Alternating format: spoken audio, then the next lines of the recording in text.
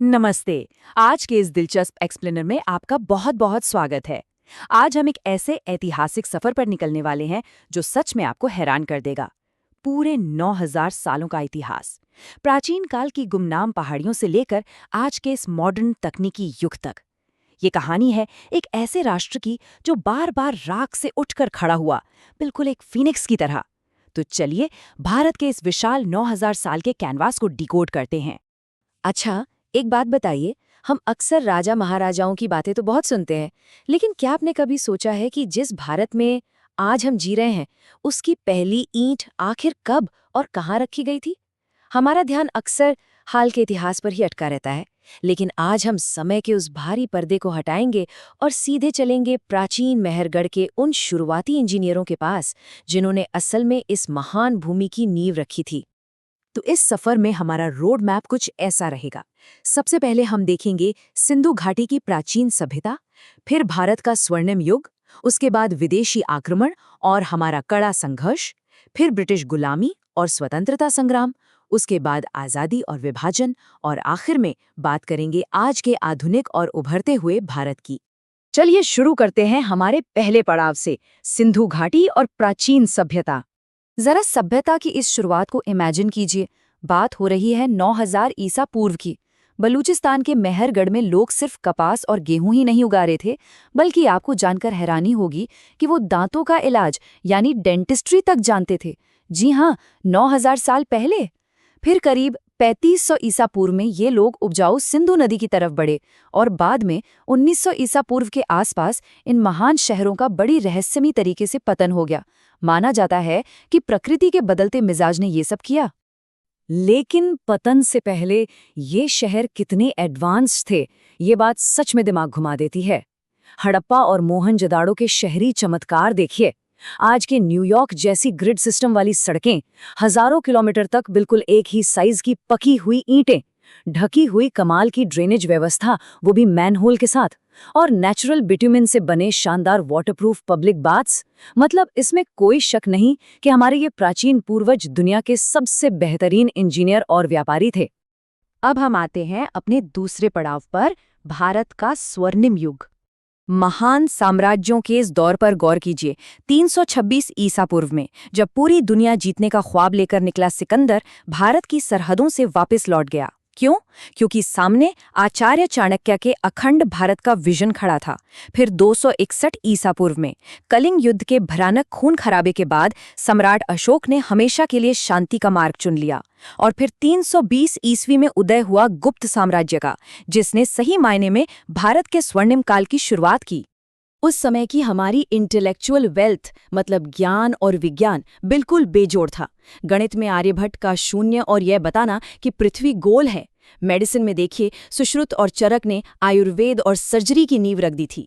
Education के मामले में नालंदा विश्वविद्यालय इतना मशहूर था कि दुनिया भर से करीब 10,000 छात्र वहां पढ़ने आते थे। और धातु विज्ञान का वो अकल्पनीय चमत्कार तो आज भी दिल्ली में खड़ा है, गुप्त काल के इंजीनियरों का बनाया हुआ लौह स्तंभ, जिसमें 1600 सालों से आज तक जंग नहीं लगा है। कमाल है ना? आगे बढ़ते हैं तीसरे पड़ाव की ओर, विदेशी आक्रमण और हमारा कड़ा संघर्ष। भारत की इसी अपार दौलत ने विदेशी हमलावरों को आकर्षित किया और इस निरंतर लहर ने बहुत कुछ बदल कर रख दिया। 712 ईस्वी में सिंध पर कासिम का पहला विदेशी हमला हुआ।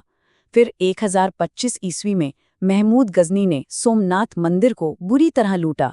1192 ईस्वी में तराइन के मैदान में मोहम्मद गौरी ने छल का सहारा लिया और 1526 में पानीपत में बाबर ने पहली बार तोपों का इस्तेमाल किया।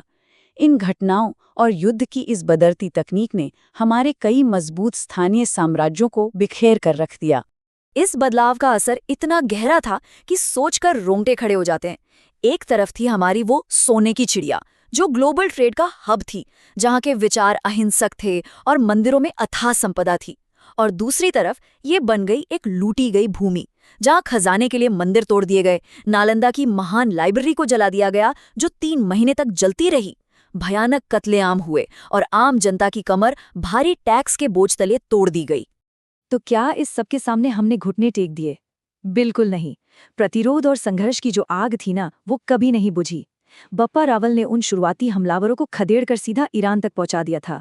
मेवाड़ की वो शौर्य गाथा याद कीजिए, रानी पद्मिनी और 16,000 वीरांगनाओं का वो महान जौहर जो सम्मान की रक्षा के लिए एक अकल्पनीय बलिदान था।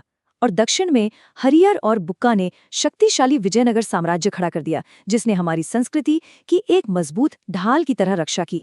स्वराज और धर्म अमर हैं। बस यही वो अटल संकल्प था जिसने छत्रपति शिवाजी महाराज जैसे शूरवीर को जन्म दिया। उन्होंने शून्य से मराठा साम्राज्य खड़ा कर दिया और मुगलों की जड़ों को हिलाकर रख दिया। उनके बाद छत्रपति संभाजी महाराज ने असंभव यातनाएं सहीं, लेकिन अपना सिर नहीं झुकाया।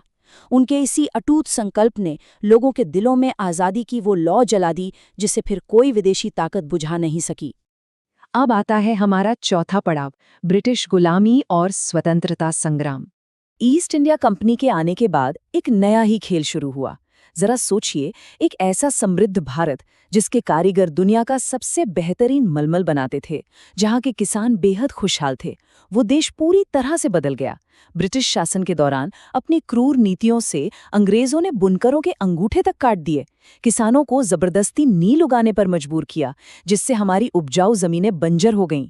और तो और भारत का अनाज लंदन भेजकर यहाँ आर्टिफिशियल अकाल पैदा किए गए, जिसमें लाखों लोग भूख से मारे गए। लेकिन कहते हैं ना, जुल्म की भी एक इंतहा होती है। इस भयानक शोषण के खिलाफ आज़ादी की लहर को तो उठना ही था। 1857 में मंगल पांडे की वो पहली सैन्य क्रांति, फिर 1919 का वो दिल दहला देने वाला जलियांवाला बाग हत्याकांड, 1931 में शहीद आज़म भगत सिंह और उनके युवा साथियों की शहादत ने पूरे देश को झकझोर दिया, और फिर 1942 में आया महात्मा गांधी का भारत छोड़ो जन आंदोलन। ये सिर्फ इतिहास नहीं है, ये एक सोए हुए राष्ट्र के फिर से जागने की कहानी है। और इसी बीच गूंजा एक ऐसा नारा जिसने रगों में खून की रफ्तार बढ़ा दी, तुम मुझे खून दो, मैं तुम्हें आज़ादी दूंगा। नेताजी सुभाष चंद्र बोस के इस फौलादी इरादे ने आज़ाद हिंद फौज खड़ी कर दी। जब भारतीय सैनिकों के अंदर ही बगावत की लहर दौड़ने लगी, तब ब्रिटिश हुकूमत को समझ आ गया कि भाई अब इस देश पर राज करना नामुमकिन है। ये जो सैन्य दबाव था ना, ये अंग्रेजों को भारत से बाहर खदेड़ने में बहुत बड़ा टर्निंग पॉइंट साबित हुआ। और इसी के साथ हम पहुंचते हैं 5वें पड़ाव पर, स्वतंत्रता और भारत का विभाजन। अगस्त 1947, आज़ादी की वो रात, जितनी खुशियों भरी थी उतनी ही दर्दनाक भी। एक जल्दबाजी में खींची गई रेडक्लिफ लाइन ने रातों रात 9000 साल के साझी विरासत वाले इतिहास को बीच से चीर दिया। लाखों लोग पलक झपकते ही अपने ही देश में शरणार्थी बन गए। नए नक्शे बनाने की इस अफरा तफरी में न जाने कितने घर उजड़ गए और अनगिनत जानें चली गईं। ये एक ऐसा गहरा मानवीय घाव था जिसकी टीस आज भी महसूस होती है। अब चुनौती थी कि उस बिखरते हुए राष्ट्र को वापस कैसे जोड़ा जाए। 562 अलग अलग टूटी हुई रियासतों को एक धागे में पिरोकर एक आधुनिक, एकजुट देश बनाना, सच कहूं तो ये कोई आम काम नहीं था। ये सिर्फ और सिर्फ लौह पुरुष सरदार वल्लभ भाई पटेल की उस फौलादी इच्छा शक्ति का ही नतीजा था, जिसने आज के इस विशाल और एकजुट भारत का नक्शा तैयार किया। और अब हमारा आखिरी पड़ाव, आधुनिक और उभरता हुआ भारत।